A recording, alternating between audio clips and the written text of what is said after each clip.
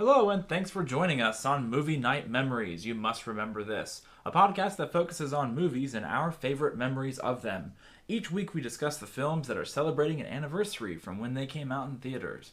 My name is Sword Alexander, and I'm joined by the inspiration of this podcast, my mom, Tracy. Good evening, everybody. This week we're talking about movies released between February 23rd and March 1st. We have The Aviator with a 41st anniversary. The Sure Thing with a 41st anniversary. Pretty in Pink with a 40th anniversary. Memoirs of an Invisible Man with a 34th anniversary. And Falling Down with a 33rd anniversary. And it's not about Chevy Chase. It certainly is not. We have attempted to watch The Aviator and Memoirs of an Invisible Man this past week. We could not get through them. I gave each of them a 30-minute first impression. And each time I asked you, do you want to keep watching? And your answer was? Well, no. listen, I do remember watching The Aviator a long time ago. And I wanted to see it because of Christopher Reeve. It's not the original Aviator. It's not the 2004 Leo DiCaprio Aviator biopic. Yeah. That was a big epic. Yeah, this came out a long time ago before The Aviator about Howard Hughes. Yes. I wanted to see it because of Christopher Reeve because he's an amazing actor. But I couldn't handle... His co-star, Rosanna Arquette. And it really did. When she started screaming after the plane crash, it was not her bad acting... It just started overacting. It was that was it. Falling apart. I said, Sword, I can't take this anymore. Her screeching. It wasn't even screaming. It was screeching. It was awful. Mm-hmm. And Christopher Reeve, I was really enjoying his performance in it. Yes. It had some real depth to it, and it just wanted to start to getting to the point where all she's doing is screeching, and it's common sense 101. At a certain point of when you're lost in the woods, you don't scream bloody murder. That's screeching. And his look on his face was he couldn't stand her either. Yeah. And it was not acting. He really couldn't stand her either. But anyway. And then we also tried watching Memoirs of an Invisible Man, which that was one I was really interested in. Because you read up. I read up on the story, and I was really... No, not on the story of the movie, but the story of how they made the movie. Yes. It very much fascinated me, and I really wanted to talk about it. But then 30 minutes in, I'm thinking, it's not really working. It's really a perfect storm of, they're trying to make lightning in a bottle, and you just can't do it. You're trying. And when you try and try and try, let it go. Let it go. Let it go. Yes. So that time, the time we had trying to watch that stuff was like we wish we were invisible. Yeah, But Pretty in Pink, we never watched this week because I'm personally not a fan of Pretty in Pink that much. I'm not really a big fan of it. I've seen it several times over the years, and I'm not. The only Pretty in Pink I liked about it was James Spader, and he's not worth seeing the other Pretty in Pink person that I don't think is Pretty in Pink. But it is celebrating a 40th anniversary, so if anybody's currently listening to this and they love that movie, please do not let us stop you. Go and enjoy the film. It's a 40th anniversary. That's a giant milestone worth appreciating and celebrating. So with that said, we're going to move on. We're going to talk about The Sure Thing. This was released on March 1st, 1985. It's celebrating a 41st anniversary. It was directed by Rob Reiner, who we know very well. Spinal Tap, Princess Bride, a lot of great movies, including this one too. Yes, and God rest his soul. And when it was written by Stephen L. Bloom and Jonathan Roberts. Two college students with different personalities reluctantly share a ride to California from New England, creating memories that will last a lifetime. Now, this is starring John Cusack and Daphne Zuniga. I had no idea who Daphne Zuniga was. I still kind of don't know. I knew her face. I didn't know her name. And she's a great actress. She really is. Mm-hmm. A great young actress. I remembered this movie because of the gorgeous Nicolette Sheridan. I didn't know it was her first film, but I remember her being this gorgeous model. And when I did my poster and commercial for the American Cancer Society skin cancer campaign, I remember thinking, I want to get a model that looks just like her. And I pretty much did. Because that first part of the movie reminds me of that commercial that you did for it, where it's just a woman, putting sunscreen on herself. I remember thinking, I'm going to get someone that looks just like her. It's going to be captivating and beautiful and sexual and sensual and gorgeous.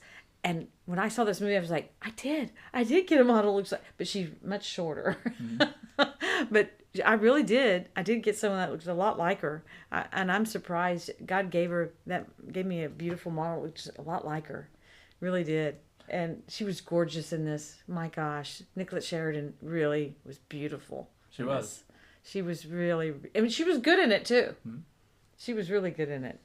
I liked her very much near the end when you got to see more of her as a person rather than the image that was in John Cusack's character's head the entire time. You get to see her actual person interact with him and act like a regular person with him. Well, and I loved, what really captivated me about this film when I first saw it years ago, because I saw it in the theater, was that he'd dream about her. Because his friend would write him about this beautiful blonde out in California, and he would dream about her. And so he would always be dreaming about her, and she would always have these things to say to him that would get a young guy, think about her. And so it was really ahead of its time to make you think that this is a really cool movie. And I didn't know it until the other day when we watched it, that Tim Robbins is in it. I thought it was a bunch of middle-aged people that drove them to California. But they were really nerdy. They looked like they were the same age, which was very funny, all things considering. But I thought it was middle-aged people, from my memory, but it wasn't. It was these nerdy kind of people that drove them to California in this old Volvo. So my memory had, not remembered it correctly. So this was your second time watching it? Yes. You saw that for the first time. You saw it in theaters. Mm-hmm. Was there a lot of excitement about it? Was there a lot of hype? No. Okay. No. But I wanted to see it because I guess I had researched it at that time for some reason, and I thought, oh, I like the title, and I, for some reason, thought it was a coming of age kind of movie. For some reason, I went to see it. I don't remember who I saw it with, but I remember I thought it was going to be a funny, silly, college kind of movie to go see. And I went to see it. And I must have seen it with my sister or my brother. I don't think I saw it with my boyfriend at the time, because he wouldn't have seen this kind of movie. I must have seen it with either Davey or Roxy, or one of my friends.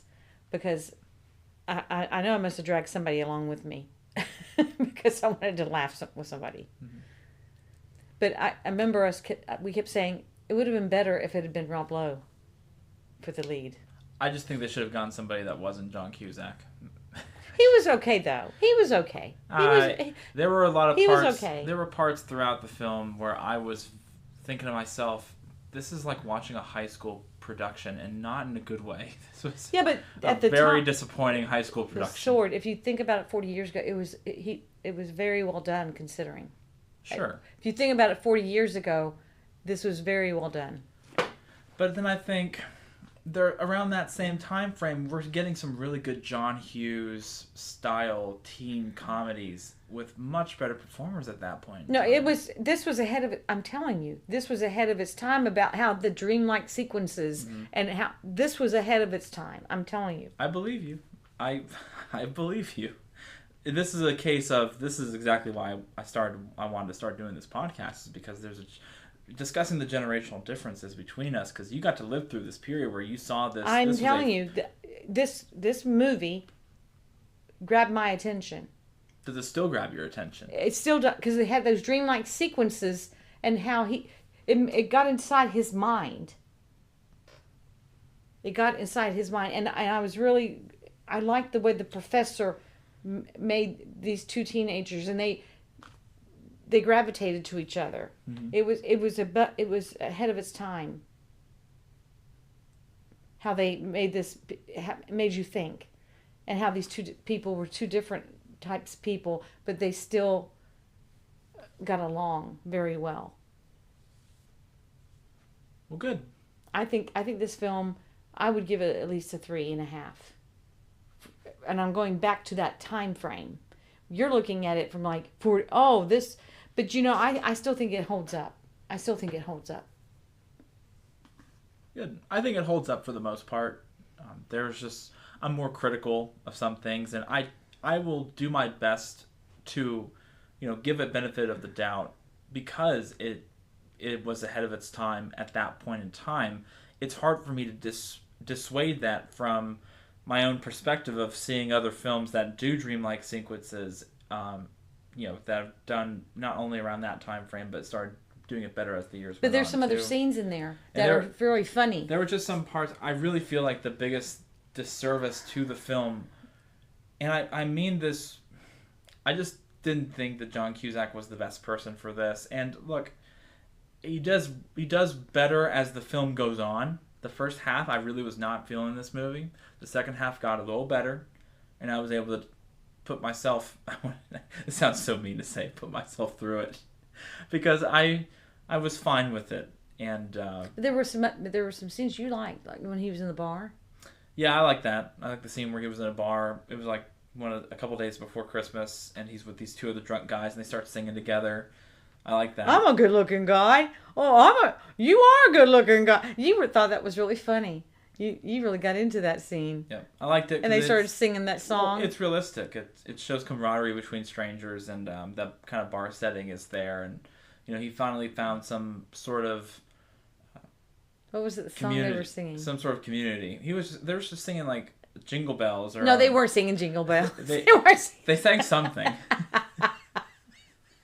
They were singing some song, some Christmas song.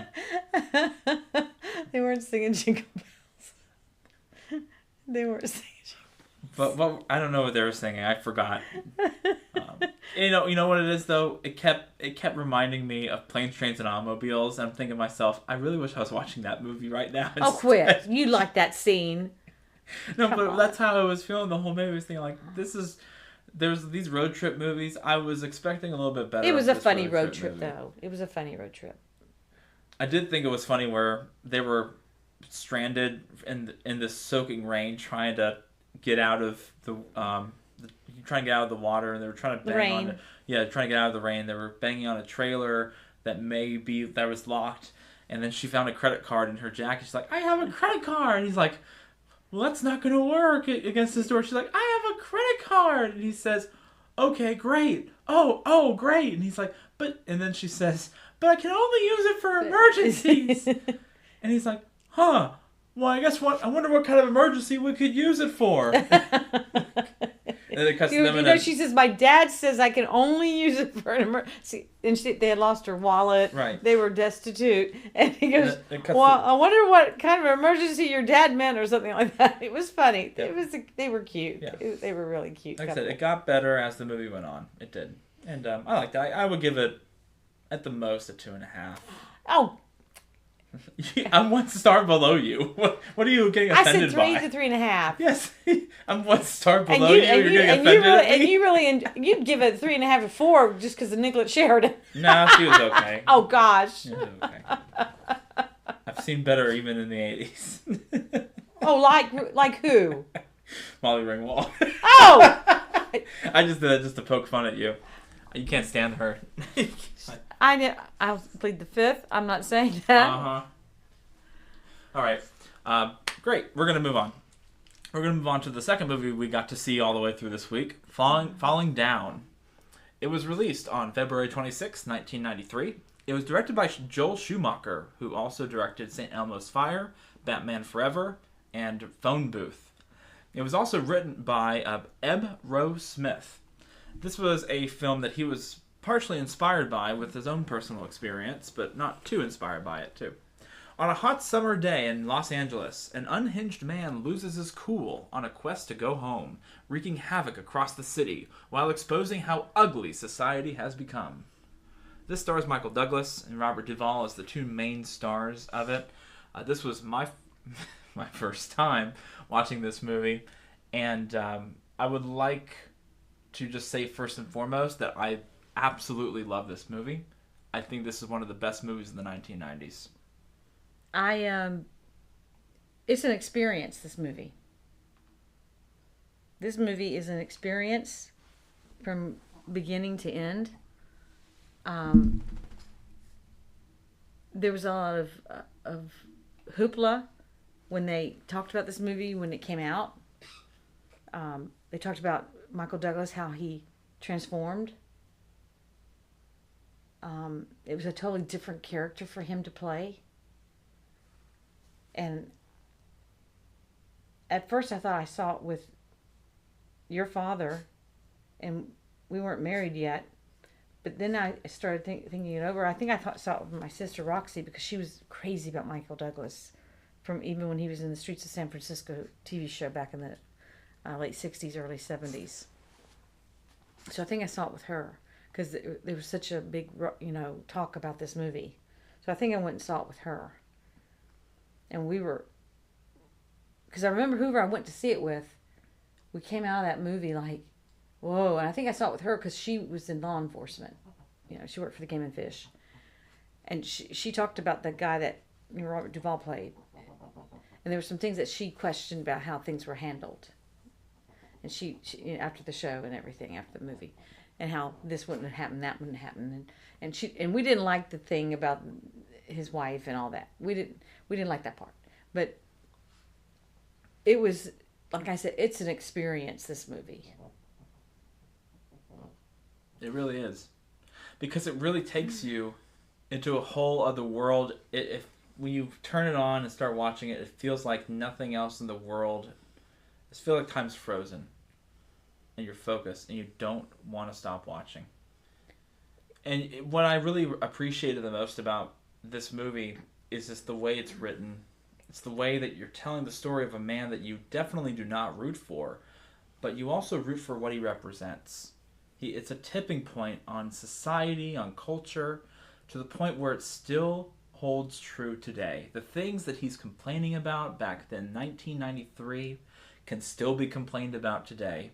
How the fast food does not look the way it does in their pictures. How people are getting robbed from grocery store prices.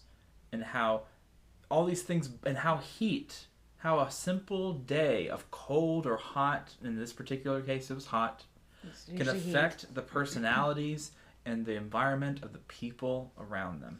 Well, how you feel cheated, how people lie to you, how people manipulate you, how, take advantage of you, manipulate you. How you're loyal to something and it ends up coming back and being disloyal to you. And you put forth so much effort and people just take advantage of you. It just keeps happening and keeps happening. And just one day, every time he turns around, something keeps happening. And it's a build-up and a build-up. It's a festering.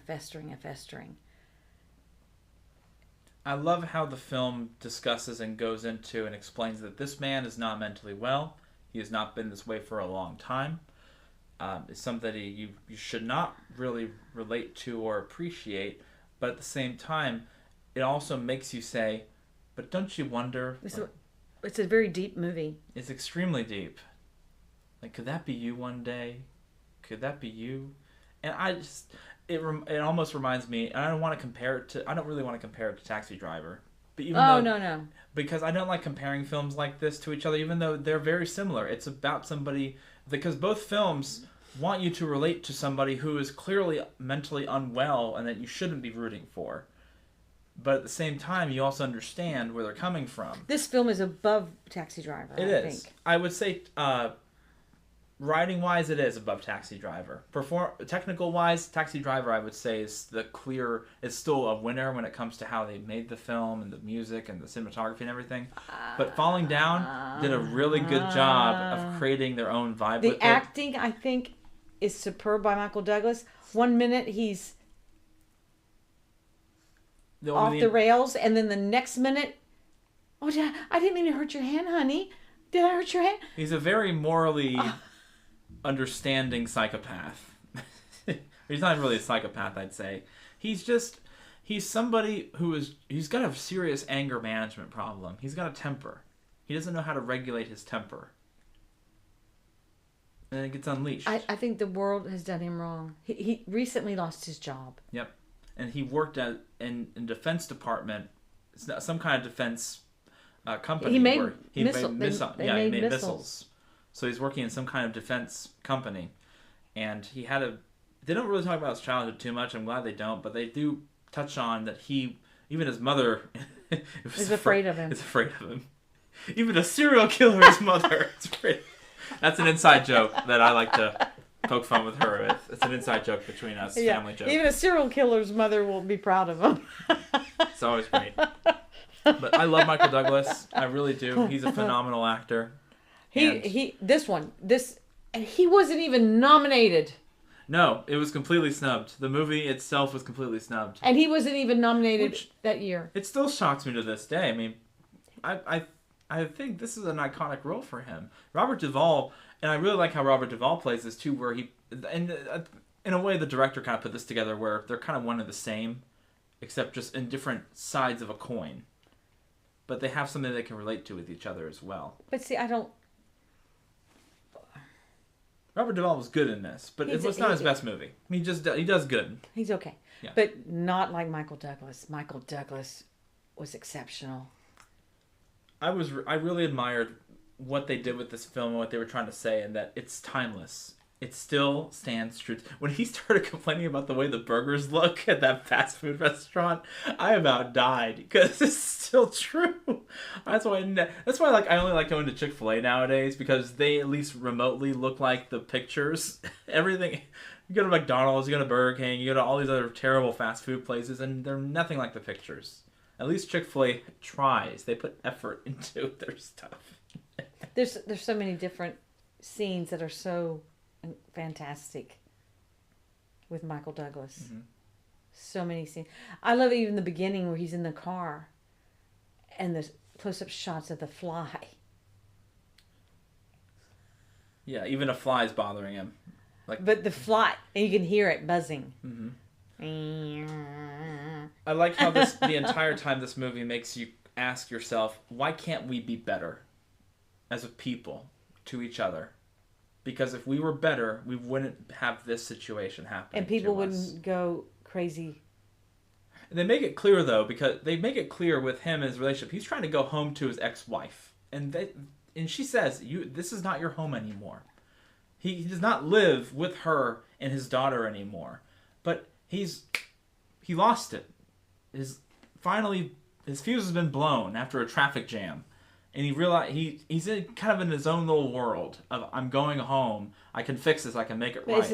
It's his daughter's birthday, and he's got a mission. Yes, his mission is just to get her a nice gift for her birthday. And for some reason, it's about a horse. Yes, but it's about a horse. He wants to get her a horsey. And despite how much you appreciate, what he's going through and why he's doing it, at the same time, you also understand he can't be anywhere near that family because his ex-wife is afraid of him. She's terrified of him, not because of what he's done, but because of what he's capable of. She's seen how dangerous he can be.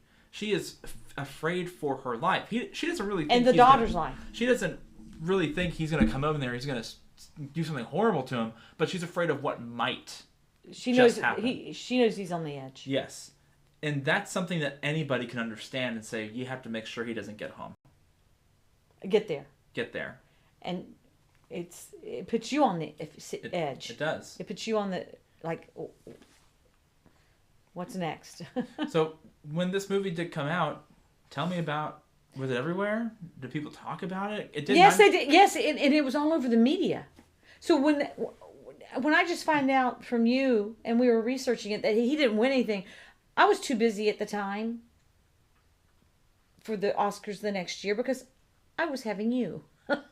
Well, sorry. No, I'm just saying I was too busy at the time to be focused on Michael Douglas having the award. Uh-huh. Or awards. Yep. So I don't remember. But I do remember that it was big. There was Oscar buzz about him. There was Oscar buzz about him because of his buzz haircut. he usually had a longer hair. So it was a big deal that he cut his hair. And he had a more conservative look for this role. And he went through a big deal about him having a new look and going through a lot to get ready for the role. And that, so when we researched that this came out 30 years ago, 32 years ago, 33 years ago, whatever it is. Yep. And he didn't do anything. He didn't make any, it's shocking. Were people like making, around the water cooler and whatever, were they making jokes about the movie, or were they trying to say like, oh, just don't give me a hard time, otherwise I'll become... Yeah, they were talking about like Michael Douglas went postal. That was the term. Mm-hmm. Michael Douglas goes postal. Go see a movie, he's falling down. He goes postal.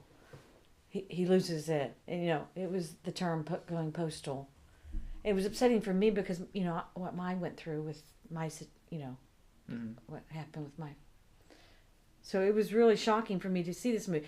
Roxy didn't want me to go see that. Now I'm remembering all this. Roxy didn't want me to go see this movie. She thought it would be too shocking for me to go see it. I said, no, I'm going to go see this. I mean, it probably makes sense because he held up a fast food restaurant. It's an active shooter situation that they show, essentially. But they don't show... And Roxy was always covering my eyes. But when I was young, she didn't care what I saw. Mm-hmm. But as I got older and what I went through in life, she was more, like, protective. Mm-hmm. But it was like... But luckily, they don't show an active shooter situation. They show what could be. Well, it is technically an active shooter situation, yes. But nobody gets killed. Nobody even gets hurt. Oh, yeah. Are you out of your mind? Who got hurt in that fast food restaurant? No. But I'm talking about the fast food restaurant. Okay, I'm talking about the drive-by shooting. I'm not talking about that. Okay. I'm talking about the fast food restaurant specifically. Okay, well, there's a drive-by shooting. That was pretty... Yeah, that was pretty bloody. I love that after they tried shooting him... And, like, this is a little spoiler. They tried shooting him and they all missed. They looked at each other like, we missed? No, he goes up to them and says, you missed. Yes. I thought that was so cruel. Oh, my gosh. That is so cruel. They're so stupid, everything. It's crazy. And they all started because he was just sitting on this little hill in the top of a couple of these, rock Yeah, and he was just changing. He was just trying to fix his shoe because he had a hole in his shoe. Yeah, these two a-holes came up to him and said, "You're sitting on our. I want your briefcase. Yeah, you're sitting on our mountain, man. You owe us." And like, for what? It's like I'm just sitting here, and he says, "Did you see the sign?" And the sign's graffiti. He says, "How am I supposed to read that? It's graffiti." Okay, we're going off the rails ourselves. Yes, we're falling down. Yeah, we're falling down. So with all that said, because I wanted to just get like a history of what was it like when it came out. There's a big talk about it. That's why it's shocking me that it didn't win anything for Oscars. We didn't check the other ones. Mm-hmm. So with all that said, we enjoyed the movie. What would you give it out of 5 stars? I told you yesterday. I think it was yesterday or the day before. I can't remember when we watched it. 4.5. The only reason being is I don't like the way that they put down women in the movie because Susie Weld was in it, and she's a famous actress, and they put her in it because she had gained weight. And they said that she had lost her beauty.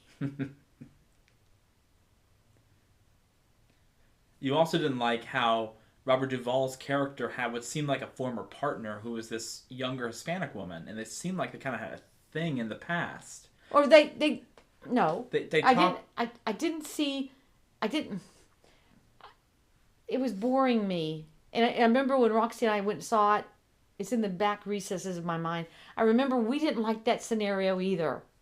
Even 30 years ago, it was not a cool thing. It didn't make sense. There was no chemistry between them. Even even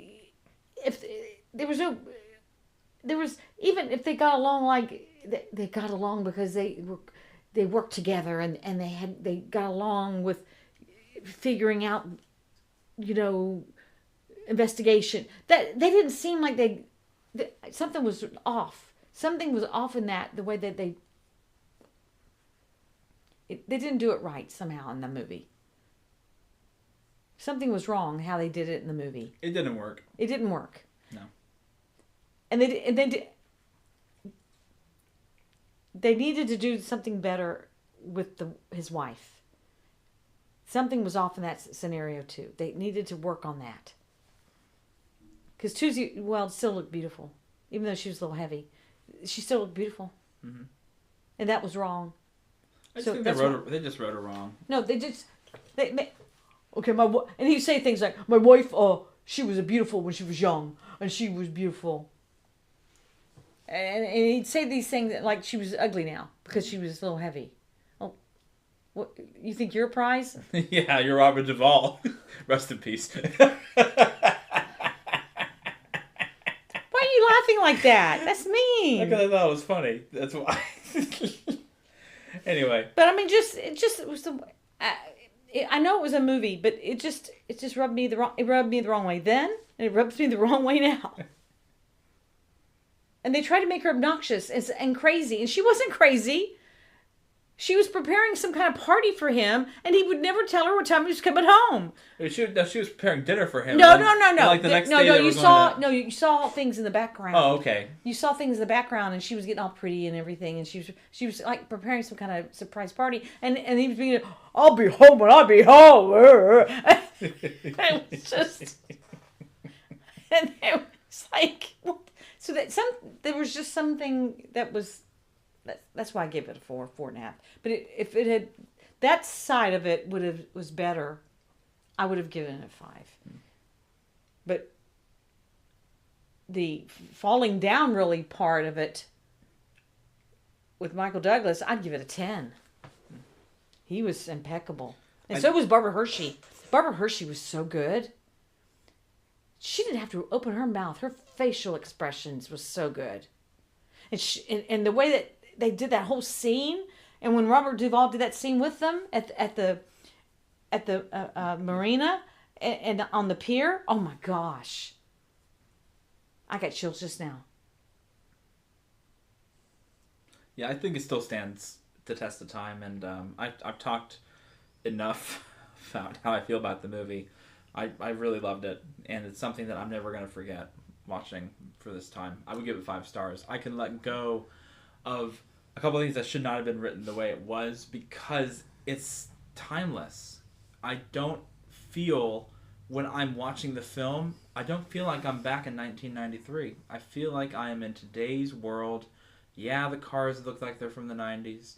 Yeah, a couple things look like they're from the 90s. So what? It feels like today. And it still rings true today. And that's why I give it 5 stars. This was a very interesting week for movies. We didn't finish. That's right. So you wanted to do something a little bit new, where since Oscar season's around the corner, since we're about to... Well, it is Oscar season. Yeah, we're about to watch the Academy Awards. You thought it'd be fun to briefly talk about movies that we've seen for the Academy Awards, because we like to watch it every year, and we're putting a little party together as well. And you've been watching more movies than I have been, because I have told you frankly, and this is... I did not make up this quote. This was from a couple of other videos I've watched throughout the years. I don't watch crap.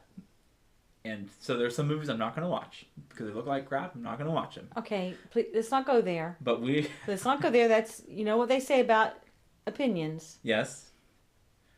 But this week we saw a film called Song Sung Blue. Aww. This was a movie that only got 1 nomination. It was Kate Hudson for her performance, Best Supporting Actress. Which I still don't know why it's considered supporting. Right, because she was a lead. She was just as much the lead as Hugh Jackman was in this movie. But I did not know what to expect coming into it. Nope. I saw reviews, but I thought I'm going to give it a chance. We'll see if Kate Hudson's really great, because the last time I saw her was in Almost Famous. I really didn't like her that much. She hasn't been nominated for an Oscar since Almost Famous, and that came out in 2001. Yes, and I did not like her in Almost Famous. Well, I liked her. I know. But we got to see this one, and what did you think of it? Anyway, Sung Blue. Right, Song Sung Blue, mm-hmm. which is about a couple, based on a true story, that were interpreters called Lightning and Thunder of Neil Diamond songs. And it's an incredible story. I think this film was a wonderful film, and it was snubbed completely. I think that Hugh Jackman should have been nominated for Best Actor, and I think Kate Hudson should have been nominated for Best Actress, not Supporting Actress. She was a lead, not supporting. I think the film should have been nominated for Best Film for Oscar. I don't know why they were snubbed.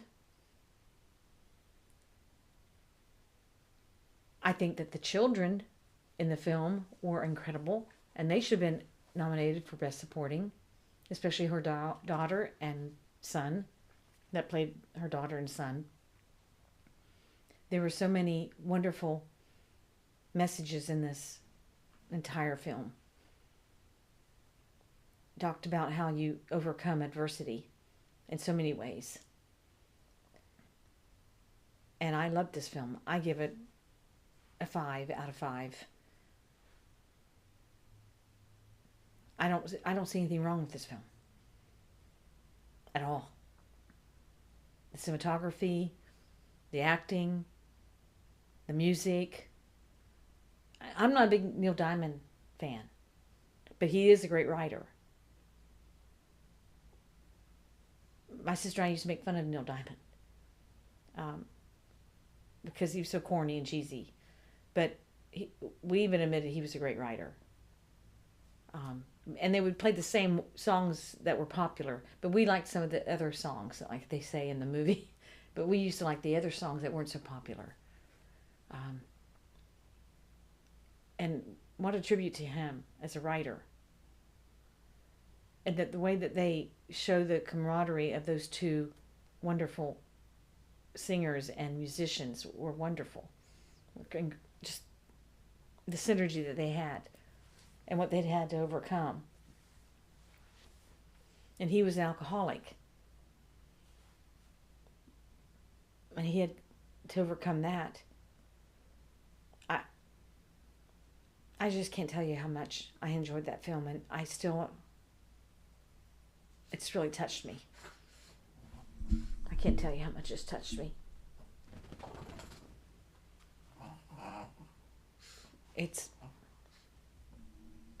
A lot of films don't touch me like that, but that has.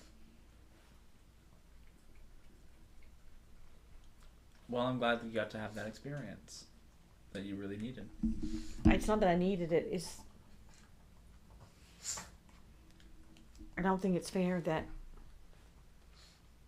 Hugh Jackman was not nominated.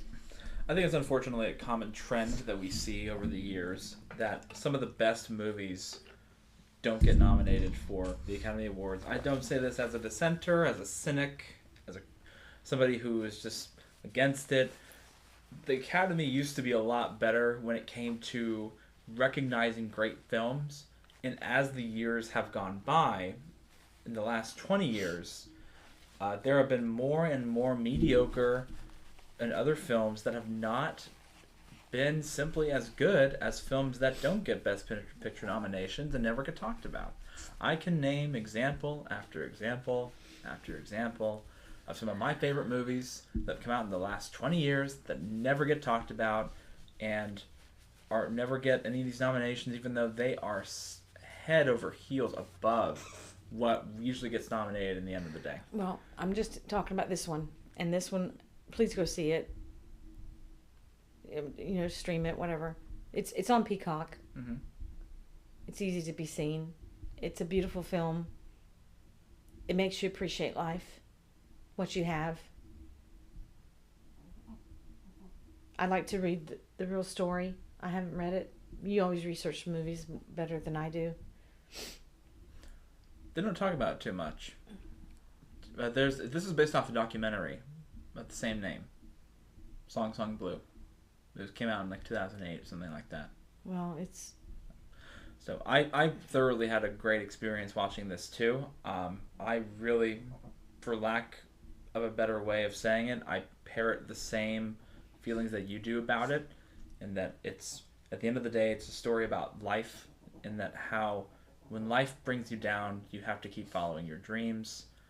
It tells an important story that people need to be reminded of, because it happens so often in life, and it's because it's realistic, because it's true. It's a true story, and it's told extremely well. It's got great writing. It's got great acting in it. Hugh Jackman's phenomenal in it. His charm and his truth to his performance makes it so much better than the schlock that I've seen over the years and even over this Oscar season. And it just makes me appreciate great performers, and that you can always remember, even if somebody or a certain thing is praised and praised and praised as the best, that does not mean they're the best. It's about regular people. Yes. It's about regular, everyday people. I encourage you to find things that you don't expect or don't think from the critics and the crowds that are considered good, and you may end up loving it at the end of the day. Because this movie did not get good reviews. It got 6 out of 10s. It got mediocre to even like bad reviews. And I completely disagree. This is like a 9 or 10 out of 10. And I think it's because it's about two people that interpret a performer, and I think it's wrong. I've seen some mediocre music biopics. We've been getting a lot more music biopics lately. This is not one that's considered just run of the mill, because it's really powerful. It's very realistic, very grounded, and it's hard to watch in the best way, because it reminds you about how difficult life can be and how beautiful life can be at the same time. These people really connected on loving music. Mm-hmm. And she used to do Patsy Cline, and he used to do other types of singers, and that's how they connected. And then they fell in love and got married. Yeah. So if you're a beautiful love story. So if you're watching the Oscars this year, and if you're trying to do the Oscar race and watch all the films that gets nominated, don't pass up on Song Sung Blue. I highly encourage it. It's not just Kate Hudson that's good in it. Everything about this movie is good. Yes, there's Jim Belushi plays in it. Yeah, which I haven't seen him in years. He's a bus driver. That was an unexpected surprise. There's a guy from The Sopranos is in it. Yep. There's several other people in it that surprises you. Absolutely. Well, thank you all so much for listening. We hope you had a great time listening in. We look forward to next week. Next week's going to be a great roundup of films to talk about, but we'll save that for next time. So thank you again. You have a great night. Enjoy the movies. Enjoy the movies.